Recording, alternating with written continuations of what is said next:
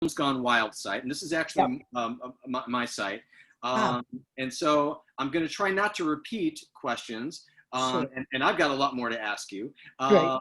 But just be ready for that just in case. Sure. I may have to repeat some answers because I feel like you get a bit robotic after a while, but I can, I'm going to try and catch Exactly. up. I know what you mean. Okay. Okay, we're with Khadifa Wong, and this is for Films Gone Wild. This is actually, you are going to be the very first filmmaker that we've interviewed for our new video feature on the site. So Khadifa, tell us the title of your film and tell us about your film. Sure. It's called Uprooted, The Journey of Jazz Dance, and it's a feature-length documentary that traces the history of jazz dance, as well as the future progressions, and aims to start a conversation within the dance world and the wider community on what jazz dance is. Here's something that I wanted to start this off with. The title is The Journey of Jazz. It's not the history of jazz. And I'm someone that says, use your words. I think that's important. I think it's an important distinction. I think you use journey instead of history for a reason. Tell me if I'm right. Absolutely right. We knew it wasn't just the history because jazz dance hasn't stopped moving yet. It's still going. And what we found is that there's conversations that have only just started to happen within the dance world about what jazz dance is and establishing the kind of true nature of jazz dance and a new history that is coming to light. So by saying the history, you're making yourself sound like you're the official kind of spokesperson for it, which we're not. We are just guardians. We are just people that wanted to open up a conversation in the dance world. And secondly, journey implies that you're not done yet, that you haven't arrived at your destination. And I don't think we have.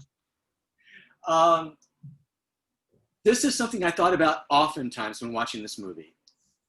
Was there a single person that you did not talk to? Because you talked to so many people and so many important people to speak on this subject. And I got the idea, I said, I wondered if the word got out about you making this documentary and that you literally had people knocking on your door going, Khadifa, I want to weigh in on this. And tell me how you got this amazing array of voices to speak out on this.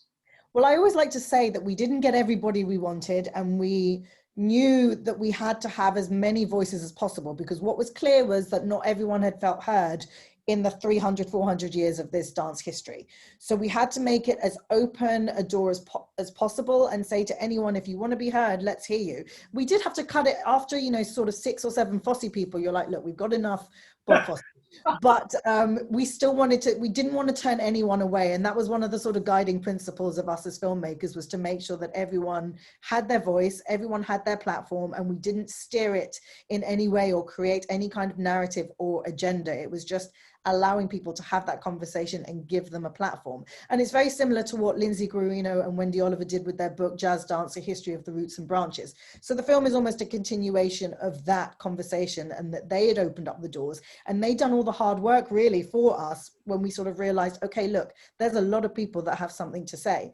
And so organically it happened, and we approached people that we knew to kind of get the finance in and get the investors in, because we were all worked in the West End and on Broadway. So we had some connections. So we were able to bring some people in.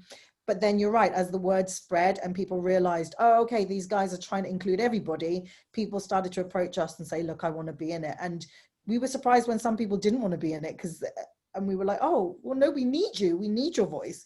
And a lot of people weren't kind of sure what we were trying to do with it. And so they stayed away. So hopefully if we get to extend it or do something else, we will be able to get those people back to the table and expand the voices even more.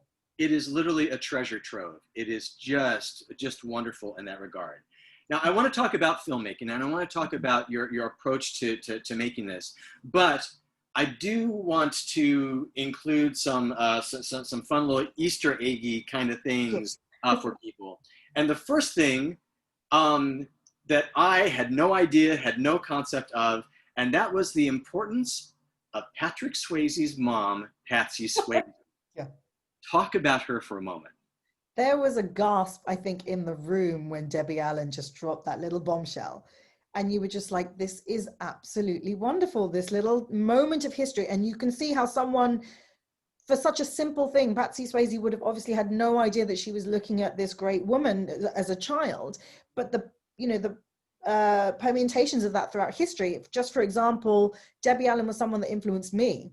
And so I wouldn't have necessarily made this film had I not watched Fame, but then you trace it back. And then when we went to Paris and Rick Odom said, look, I went to see Debbie Allen perform and Debbie Allen sent me to Patsy Swayze, you go, well, there's another moment. And this one, you know, interaction between a teacher and a student led to so much around the world that you're just like, you have no idea just how significant your tiniest interactions can be and how they can shape the future.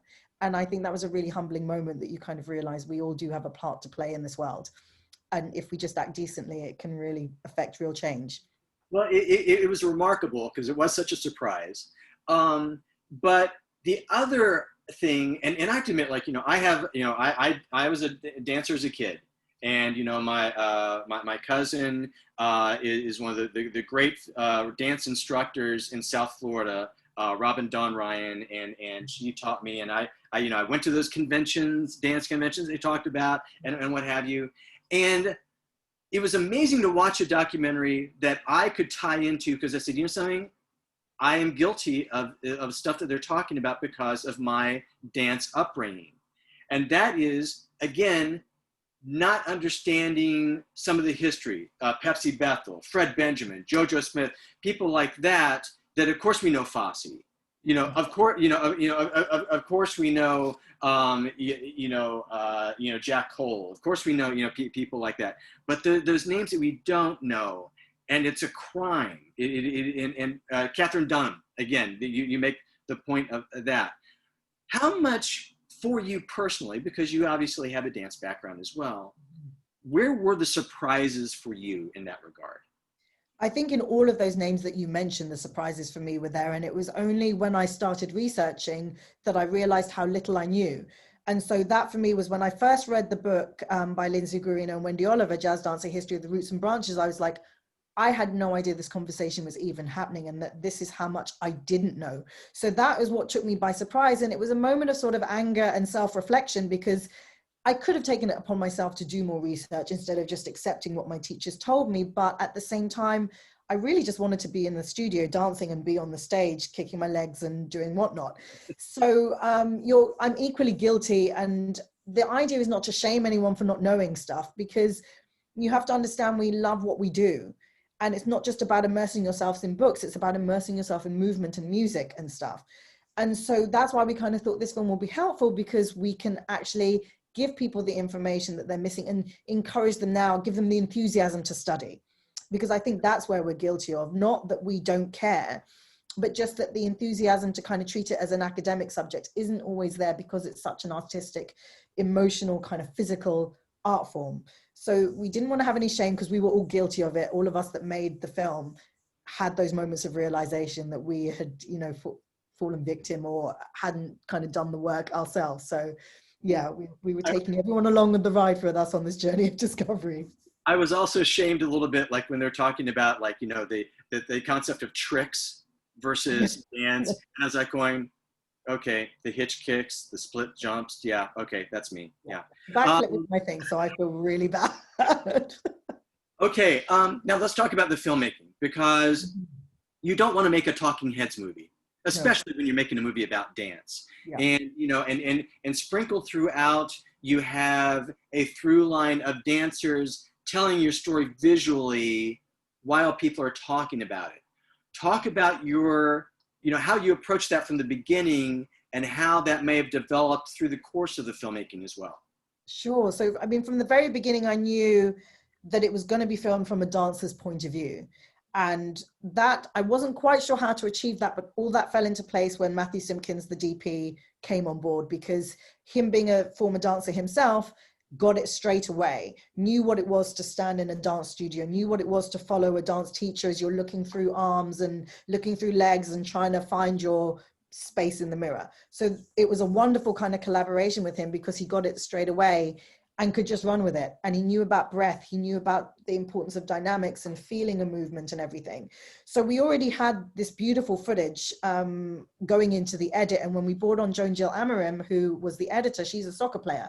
So she also understood movement and speed. And she and I worked really well together in trying to bring my kind of notion of choreography and how I edit and work to music to film. So the poor woman had to sort of understand how to convert counts to frame rates and things like that. And it was, you know, not tough, but it was fun at first trying to discover how we musically, I'd be like, she needs to extend on the breath by 2 counts. And she'd be like, well, how many frames is that, Khadifa? And I'm like, ooh, I don't know. Let's just try it. But she learned how to kind of feel the music in the way that I felt it. She learned that we wanted to kind of not just have set dance routines. We wanted to kind of move it along and have that each step had to tell a story. Each movement had to kind of have some kind of significance, because jazz dance isn't always thought of as a movement or art form that has intellectual significance. They just think you put the music on, whack your legs, and off you go.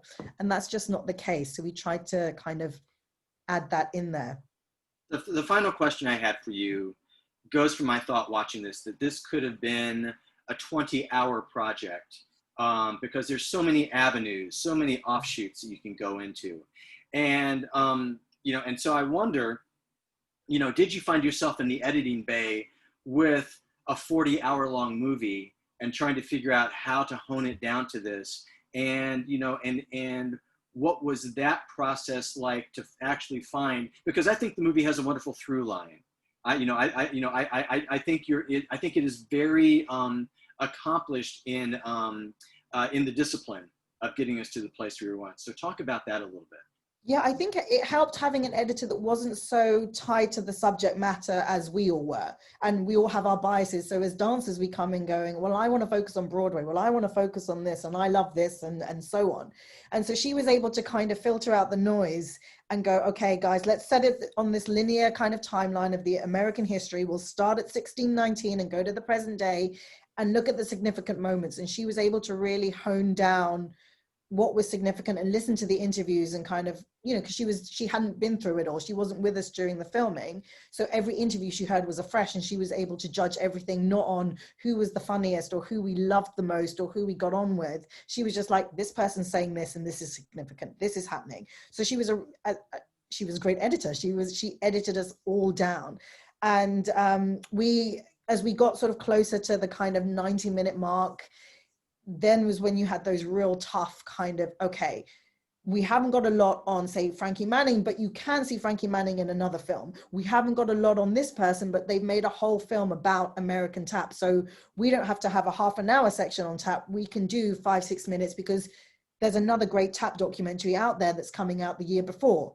So we can complement what's happening. So we had to look around us and see what other information was out there and go, okay, this is where some people aren't going to like it, but there is other information. We've got to kind of get as many people in as possible. And our job is to start the conversation and give you a springboard to now go, okay, now I need to go and investigate things. It wasn't to give everyone all the answers, because we just don't have all those answers. We didn't speak to enough people to get them. Well, listen, you spoke to a lot of people, and it again, as someone who loves dance, who has a dance background, I think it's wonderful. I don't think you need to have had a background to really, really enjoy this film. Again, the film is Uprooted, The Journey of Jazz Dance, and we've been talking with Khadifa Wong. It's been great to have you here. Thank you so much for having me. Thank you. Okay, all right. So